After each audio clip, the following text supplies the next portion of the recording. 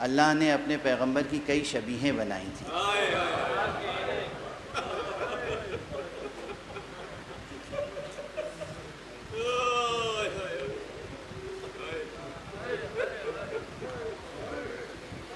میری نظر سے ایک روایت گزری کہ ایک شخص مدینے میں آیا، یہودی تھا، پیغمبر کا وصال ہو چکا تھا، مسجد میں آیا اور اس نے پوچھا ایکم محمد، تم میں سے محمد کون ہے؟ اصحاب یہ جملہ سن کے رونے لگے۔ اس نے کہا کہ تمہارا دل دکھا دیا ہم نے، کیا بات ہے، ہم تو تمہارے پیغمبر سے ملنا چاہتے ہیں۔ انہوں نے کہا ہاں، تم نے ہمارے غم کو تازہ کر دیا، اس لیے کہ پیغمبر اب ہم میں سے نہیں ہیں، گزر چکے ہیں، ان کا وصال ہو گیا ہے۔ بہت متاثر ہوا، کہا کوئی ہے تمہارے درمیان جو تمہارے پیغمبر کی شبیہ ہو، تاکہ ہماری کتابوں میں، ہمارے صحیفوں میں جو پیغمبر کا تذکرہ ہے ہم اسے ملا لیں اور پھر ایمان لے آئیں۔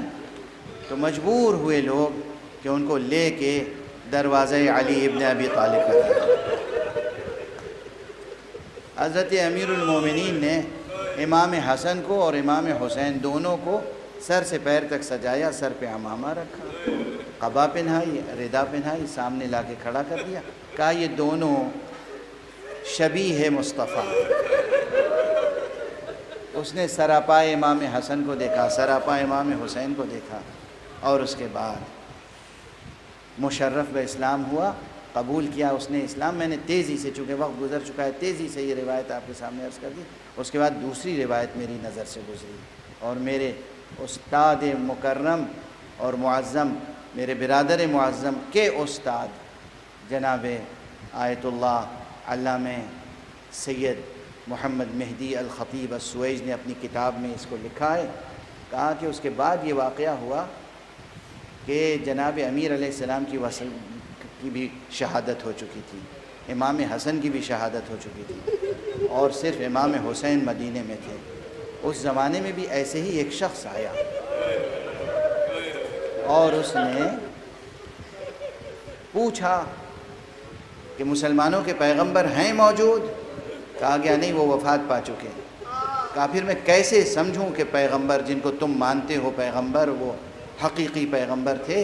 میں چاہتا ہوں کوئی ایسی تصویر ہو کہ جس سے میں ان اوصاف کو، ان شمائل کو ملا لوں، تطبیق کر لوں کہ جو میں ہماری کتابوں میں۔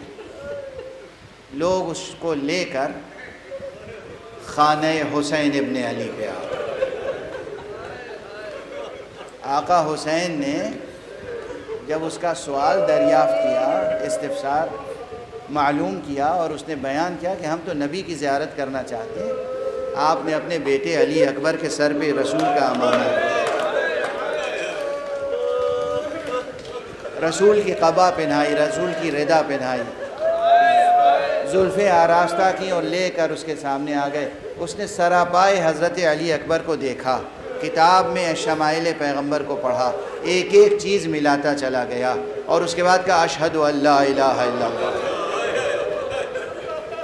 وہ مشرف اسلام ہوا، لیکن اس نے جب سر اٹھایا تو دیکھا آقا حسین کا روح مبارک آنسوؤں سے تر ہے، ریش مبارک سے آنسو قطرہ قطرہ ٹپک رہا ہے، آنکھوں سے آنسو ابل رہا ہے۔ اس نے کہا میں نے آپ کو بہت زحمت دے دی، بہت تکلیف پہنچا دی، میں تو مبارکباد پیش کرنا چاہتا ہوں کہ اتنا عظیم اور عزیز بیٹا اللہ نے آپ کو عطا کیا ہے کہ جو شبیہ پیغمبر ہے۔ امام نے فرمایا کہ یہ بتا اگر ایسا کوئی بیٹا تیرے پاس ہوتا تو اس کی حفاظت کس طرح کرتا؟ کہا میں حفاظت کس طرح کرتا؟ میں اس طرح 7 پردوں میں محفوظ رکھتا کہ کسی کی نظر نہ پڑنے پائے، کسی کی نظر بد نہ کھا جائے۔ امام گریہ فرماتے رہے، کہا آپ کو واسطہ ہے آپ کے جد کا، آپ کو واسطہ ہے خدا کا، یہ بتائیے تو صحیح اس قدر گریہ کیوں فرما رہے ہیں؟ کہا تمہیں نہیں معلوم میرا یہی بیٹا ہوگا۔ اور کربلا کے بن میں اس کے سینے پہ نیزے سے وار کیا۔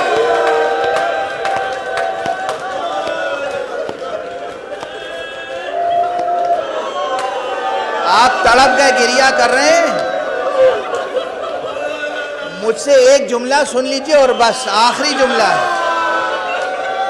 ایک معتبر محقق نے یہ لکھا ہے کہ کربلا میں چند ایسے شہید تھے جن کو شہید کرنے کے بعد دشمنوں نے صرف سر قلم نہیں کیا، ان کے جسم مبارک کو ٹکڑے ٹکڑے کیا.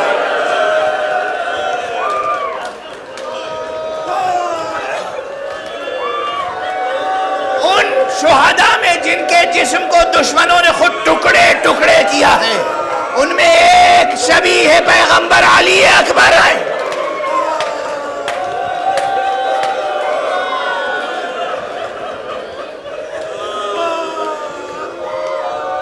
اجرکم علی اللہ،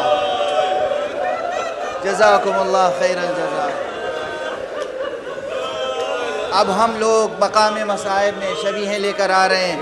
مقام مصائب میں کچھ جذبات نگاری کرتے ہیں نا شعراء بھی خطباء بھی.